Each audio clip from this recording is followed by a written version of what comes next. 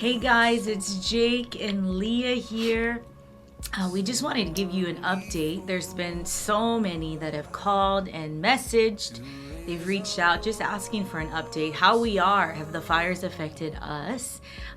So letting you know we're on the Big Island now. We're in Kona. We've been here over 3 years now. But before we came to Kona, we were pastors in Lahaina. We pastored our church there. Our church did burn down. It's no longer. We still have the property, our King's property, but the LAHAINA church is gone. So our hearts go out to the people.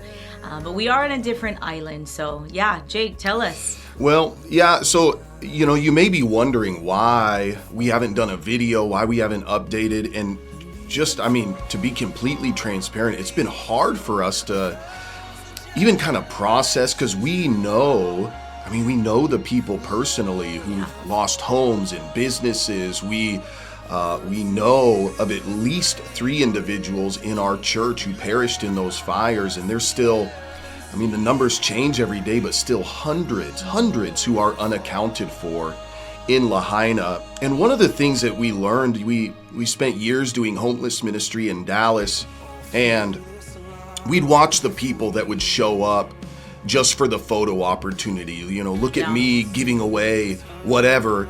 And, we have been over there. We actually went to Lahaina the weekend after all of this happened. We brought water and clothing, but we brought food. Prayers.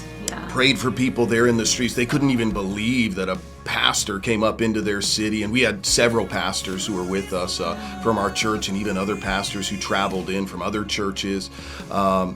But, some of the things that have come to us is like, okay, I've been getting meals, but my kids don't have underwear.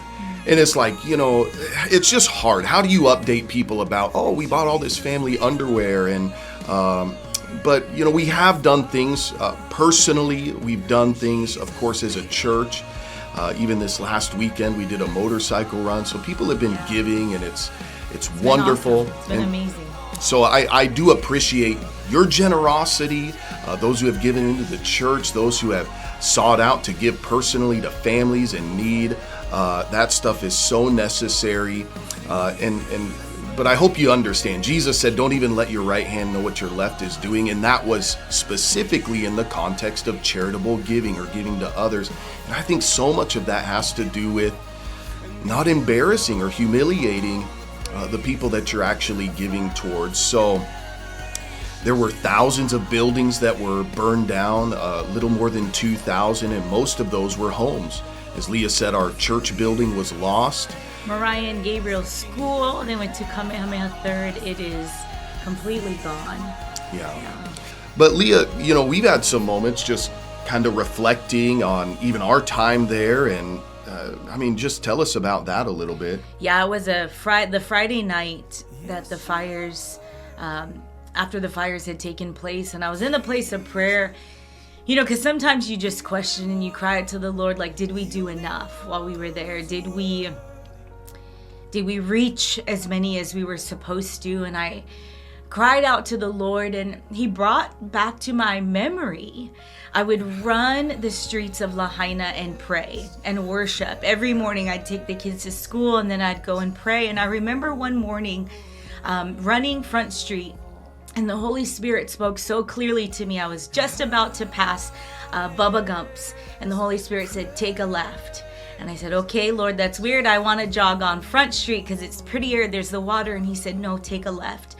And so I went up that road, and for some of you who know, that's where Ulalena is, Foodland, the Starbucks. And as I was running, I had my AirPods in, and the song Be Enthroned was on. And I was running to that song, just praying in the Holy Spirit. And then the Holy Spirit said, stop. So I stopped, and I was standing in front of the Ulalena building. And the chorus of the song said, be enthroned upon the praises of 1,000 generations. You are worthy, Lord of all. And in that moment, I looked up at the building, and their old logo had a dove. It was a bird, and it looked like a Holy Spirit dove. And that's what I took it in that moment. And the Lord said, I am hovering over this city. I love this city so much. And as I was praying after the fires, I remembered that, and the Lord said, yeah, a lot of the town, the history is gone, but the praises of 1,000 generations, the prayers, those things still remain. And I said, okay, God, thank you for that. And then I cried all the more. I said, Lord, did we do enough? Did we reach the people of Lahaina the way that you wanted us to? And some of you know this, but we pastored Lahaina during COVID.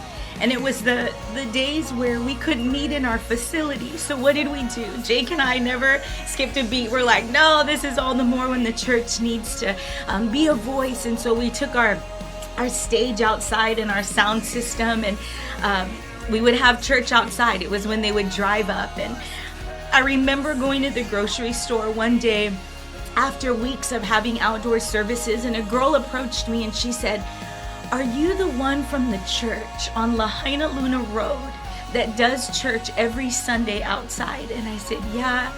Is it too loud? And she goes, no, I hear the worship from my home. I can hear the message from my home.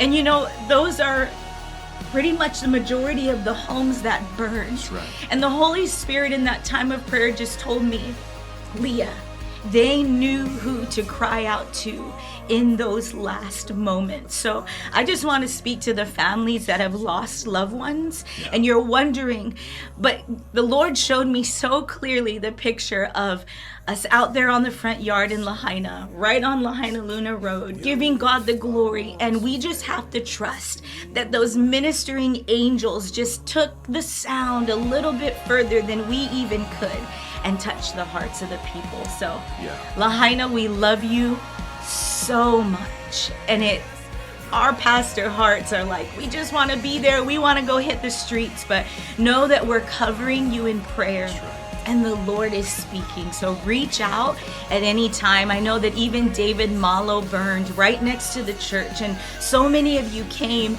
to the services, and the kids did as well. So if you guys ever have needs, please reach out, and we're going to do our best to be there for you. Yeah. Next week, we will be going back. We've got our power conference there at the cathedral, and so we'll be there. And so please, reach out to us personally. Yeah. If you're one of those, especially our church family, when we went this last week, we just wanted to connect and hear your stories and pray with you guys. That's right. And cry with you guys. And so we'll be back. We'd love to do that. And we're committed to walk with you for the long haul. I know right now there's a lot of support, a lot of finances that are coming in, but in a couple months when the media and all of this isn't there, we as the church, we will still be there. And so we want to love on you guys. So God bless you guys. Lahaina, we love you so much. For all our family and friends that have reached out and care, thank you all for standing with us in this time. Come on, we're Maui strong. I don't know. Maui strong. Yeah. Come and see us at the King's Maui Power Conference. I know majority of the evening services are open to the public. So come out, get a prophetic word, be encouraged. You're not alone. You're not alone.